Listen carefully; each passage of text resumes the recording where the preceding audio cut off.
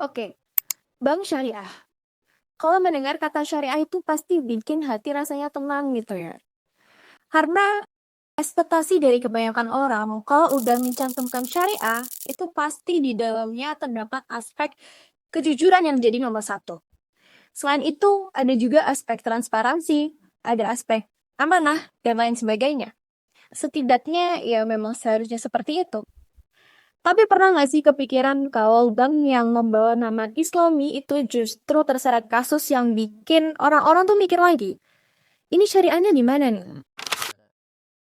Ini kayak sempat ramai dibahas soal Global Islamic Bank di Bangladesh.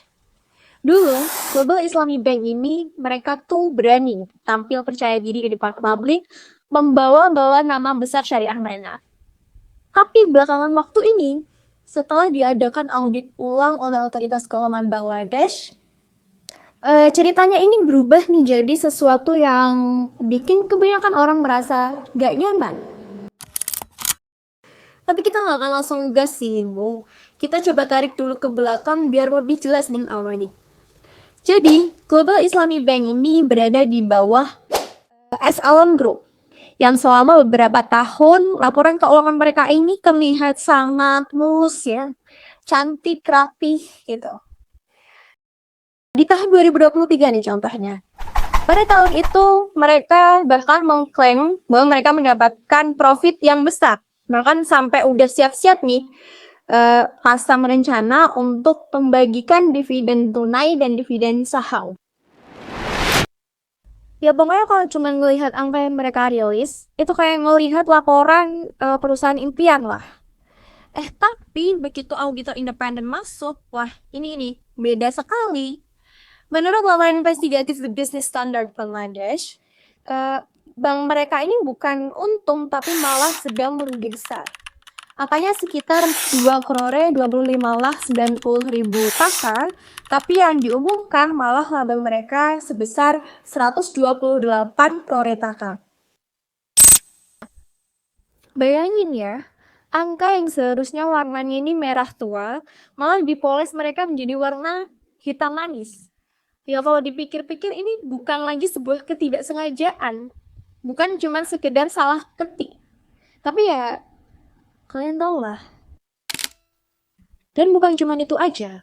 Aset bermasalahnya mereka, non-performing loans, ini juga banyak yang tidak ditandakan secara jujur. Provisi kredit yang seharusnya dicatat sebagai bentuk perlindungan resiko, ini juga tidak dilakukan sebagaimana mestinya. Pun ada juga beberapa transaksi besar mereka yang tidak diuraikan secara transparan. Dan akhirnya apa? Rencana dividen yang sebelumnya mereka omongkan ke publik, ya dibatalkan lah. Bank mereka terpaksa mengakui kerugian yang sebenarnya.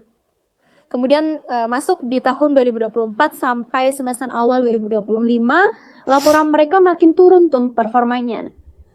Kerugiannya besar, arus kasnya negatif, sampai nilai aset bersih per saham pun jatuh jadi negatif.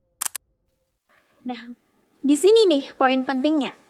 Masalah laporan keuangan seperti ini bukan cuma urusan accounting lagi, tapi juga sudah masuk ke ranah amanahnya. Dalam keuangan syariah, transparansi ini bukan cuma dijadikan sebagai pilihan, bukan sekedar aksesoris yang juga bisa dilepas pasang. Jadi, jika resiko kreditnya disembunyikan, kemudian laporannya dipoles, kerugian dikemas menjadi keuntungan, itu artinya nilai dasar syariahnya pun juga ikut hilang. Dan dampaknya pun gak main-main loh. Investor publik yang pada saat itu membeli saham waktu itu, pada akhirnya mereka ngerasa dipermainkan. Karena ya, sesuatu yang mereka lihat selama ini berbeda dengan realita yang ada di lapangan. Nasabah-nasabah pun juga mulai bertanya-tanya nih.